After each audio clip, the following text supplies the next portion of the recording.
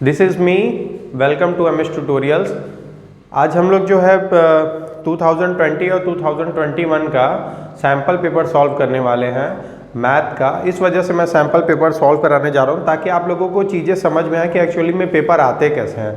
2020 और 2021 का सॉल्व कराने का हमारा मेन मोटिव ही यही है कि आपको कम से कम क्लास 12 का ये सारी चीज़ें पता चल सके कि हमारा पेपर अब आने वाला कैसे है। तो हमने एक पेपर का बेस तैयार किया हुआ है। सैम्पल पेपर लगाने से ये होगा आपके माइंड में कि आपको लगे कि आपके पेपर की कुछ तैयारी हो चुकी है।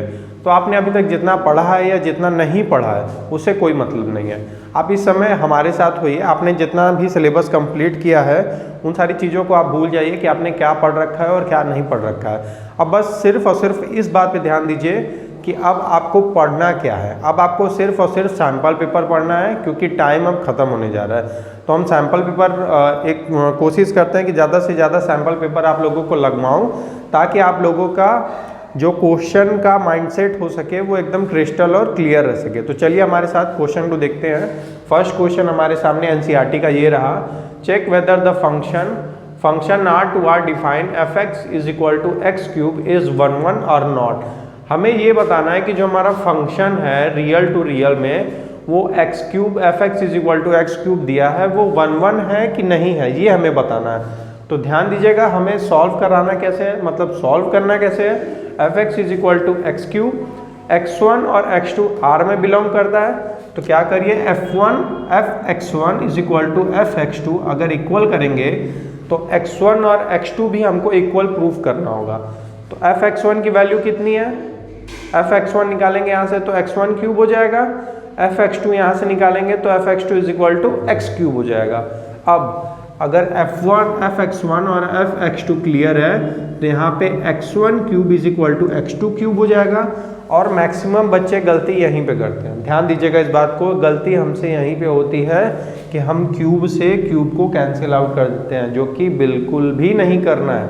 आपको करना क्या है कि एफ x1 क्यूब इसको साइड ट्रांसफर करिए, ये माइनस में आएगा, x1 cube minus x2 cube is equal to 0। और हमें पता है कि a cube minus B cube का फॉर्मूला क्या होता है। तो x1 माइनस x2 यानी a minus B, A square plus B square plus A B is equal to 0। अब देखिए यहाँ से हम क्या निकालेंगे, x1 minus x2 is equal to 0, तो हमारा x1 और x2 इक्वल हो जाएगा। तो ये 1 फंक्शन होगा, हमने इसको प्रूव कर दिया। तो इस बात को आप ध्यान से समझिए कि हमें एक एक क्वेश्चन को स्टेप बाय स्टेप करते जाना है और अपना माइंडसेट एकदम क्रिस्टल और क्लियर रखना है, ठीक है। चलिए नेक्स्ट क्वेश्चन हम देखते हैं कि हमारे सामने नेक्स्ट क्वेश्चन क्या है। नेक्स्ट क्वेश्चन है कि how many reflexive relation are possible in a set whose N A is equal to 3। तो हमसे पूछा है कि रिफ्लेक्सिव रिलेशन होंगे कितने पॉसिबल सेट ए में। तो हमारे रिफ्लेक्सिव रिलेशन होंगे कितने, N A is equal to होता है 3। तो हम पहले ए क्रॉस ए निकाल लीजिए, तो A cross A is equal to 3 square is equal to 9 हो गया।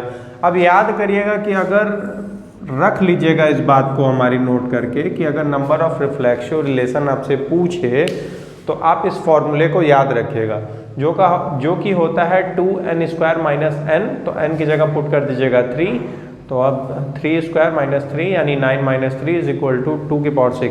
और एक बात को हमारी ध्यान दीजिएगा, मैं आप लोगों के सामने इस वजह से सॉल्व नहीं कर रहा हूँ क्योंकि अगर मैं सॉल्व करूँगा तो इसके लिए भी हमको एक्स्ट्रा टाइम चाहिए और वीडियो बहुत ज़्यादा लंबी चली जाएगी।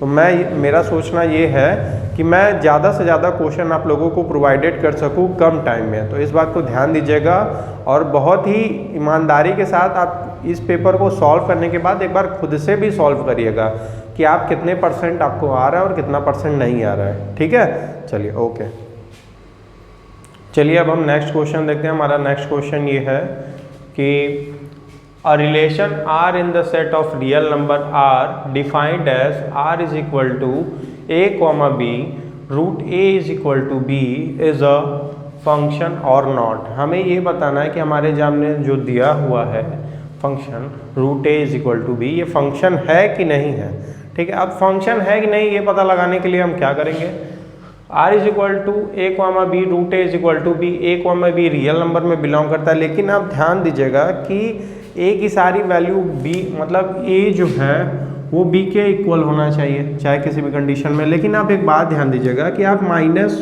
वाली वैल्यू नहीं रख सकते। आप रूट के अंदर माइनस में आप कुछ भी रख दोगे तो ये इमेजनरी वैल्यू देने लगेगा। सो इस वजह से ये एक फंक्शन नहीं होगा। तो हमने ये बात यहाँ पे क्लियर रख दी है कि root A is not defined for all A belongs to minus infinitive comma 0, so it is not a function. ठीक है, ध्यान दिए। अब चलिए नेक्स्ट क्वेश्चन। अब हम अगले अपने क्वेश्चन की तरफ बढ़ते हैं। तो हमारा क्वेश्चन ये है कि if A and B are matrices of order 3 cross n and 5 cross m cross 5 respectively, then find the order of matrix 5a minus 3b given that it is defined. अब क्वेश्चन आप लोगों ने समझ लिया। तो देखिए अब है क्या कि करना क्या है, हमें 3 क्रॉस n और 5m क्रॉस 5 का जो हमारे पास ऑर्डर है उसको जो है इसके थ्रू सॉल्व करना है। हमारे पास एक मैट्रिक्स दी हुई है, ये सॉल्व करना है और ये ऑर्डर दिया हुआ है। तो अब ध्यान दीजिएगा कि अगर 5a minus 3b है, ठीक है, 5a minus 3b है तो 5 का a से मल्टीप्लाई होगा, 3 का b से मल्टीप्लाई होगा। तो इसके जितने एलिमेंट है उसका इससे मल्टीप्लाई होगा और इसमें जितने एलिमेंट है उसके करस्पॉन्डिंग एलिमेंट से मल्टीप्लाई होगा। फिर मल्टीप्लाई होने के बाद माइनस होगा। तो अब ध्यान दीजिएगा इसमें कि 3 क्रॉस n है और m क्रॉस 5 है। तो अगर 3 क्रॉस ये n है तो याद रखिएगा कि इसके एलिमेंट यहाँ पे होने चाहिए, मतलब ये 3 क्रॉस 5 होना चाहिए, और इसके एलिमेंट यहाँ पे होने चाहिए, मतलब ये 3 क्रॉस 5 होना चाहिए। ठीक है, तो अब ध्यान दीजिएगा तो n और m की वैल्यू कितनी हो गई, n की वैल्यू हो गई 5, यानी n इज इक्वल टू हो गया 5, और m के प्लेस पे कितना आ गया, m इज इक्वल टू 3।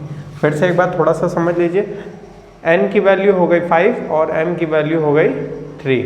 वो आई कैसे कि इसके प्लेस पे, मतलब ये जो प्लेस है n और m वाला दोनों का सेम होना चाहिए, मतलब जो वैल्यू है वो सेम होना चाहिए मल्टीप्लाई होने के लिए ना।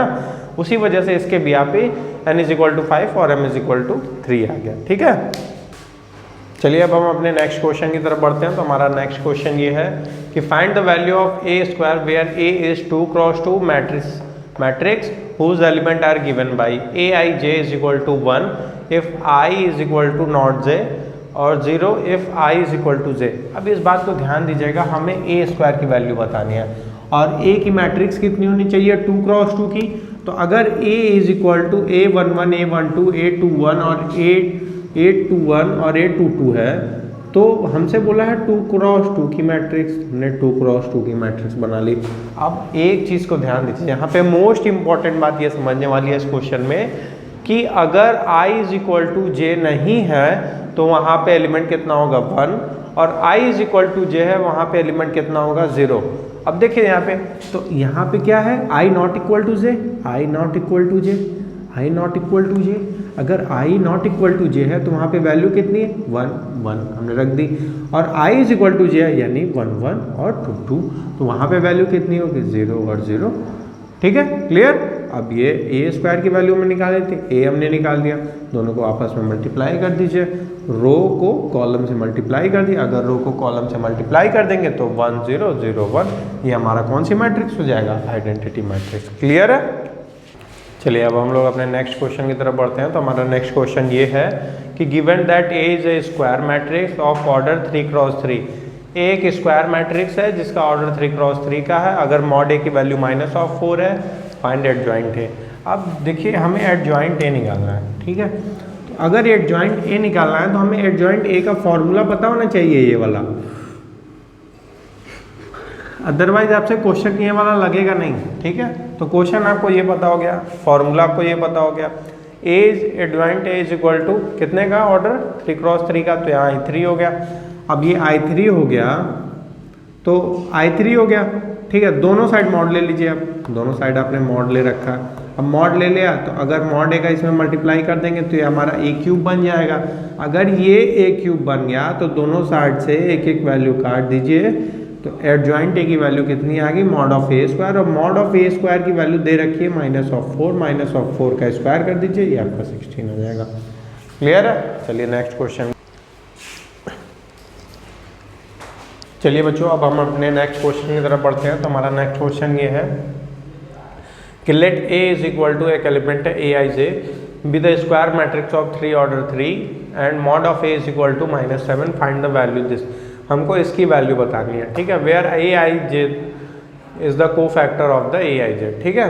अब देखिए इसको सॉल्व कैसे करना है। हमसे कितने का बोला मैट्रिक्स, 3x3 का, तो 3x3 का मैट्रिक्स बनेगा क्या, A11, A12, A13, A21, A22, A23, ये 3x3 ऑर्डर का बनेगा। अब ध्यान दीजिएगा कि A हमको निकालना है, तो A11 -1 2 + 1, देखिए ये इसका को फैक्टर है, तो ये निकालते कैसे आप लोगों ने सीखा होगा कि A11 की बात कर रहे हैं तो ये वाला इसका को फैक्टर हो जाएगा, ठीक। A12 करेंगे तो इसका ये वाला, A13 करेंगे तो ये वाला। अब जब इसको सॉल्व करेंगे ना बच्चों, तो सॉल्व करेंगे तो ये दोनों सिमिलर हो जाएंगे, और जब 2 रो या 2 कॉलम सेम हो जाएंगे तो उसकी वैल्यू हो जाती है 0, ठीक है। ये एनसीईआरटी में आप लोग का दिया हुआ है, ये एक प्रॉपर्टी के तहत आती है और उस प्रॉपर्टी में ये चीज़ दी हुई है बात, ठीक है।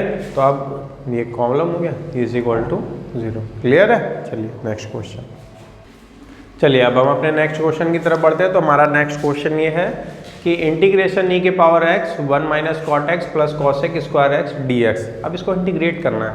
तो बच्चों ध्यान से इस बात को समझिए कि इंटीग्रेट में करना क्या है। इंटीग्रेशन में ये हमें एक फॉर्मूला और रूल, आपको क्वेश्चन सॉल्व जब आपने इंटीग्रेशन किया होगा तो ये रूल आपने पढ़ रखा होगा, और इस रूल में है क्या कि जो इंटीग्रेशन fx + f' है, जब इंटीग्रेट कर देंगे तो e की पावर s fx + c करके अपने आप चलाएगा इंटीग्रेशन में। तो कुछ नहीं करना है, क्वेश्चन हमारा समझिए, fx की वैल्यू कितनी है 1 - cot x, f' की वैल्यू कितनी है cosec स्क्वायर x। आप ध्यान से समझिए इसको, तो e की पावर x fx, e की पावर x fx आ गया अगर, तो e की पावर x fx की वैल्यू हमने क्या बताई 1 - cot x + c, क्लियर है, समझ में आ गई बात। चलिए अपने नेक्स्ट क्वेश्चन की तरफ बढ़ते हैं हम लोग।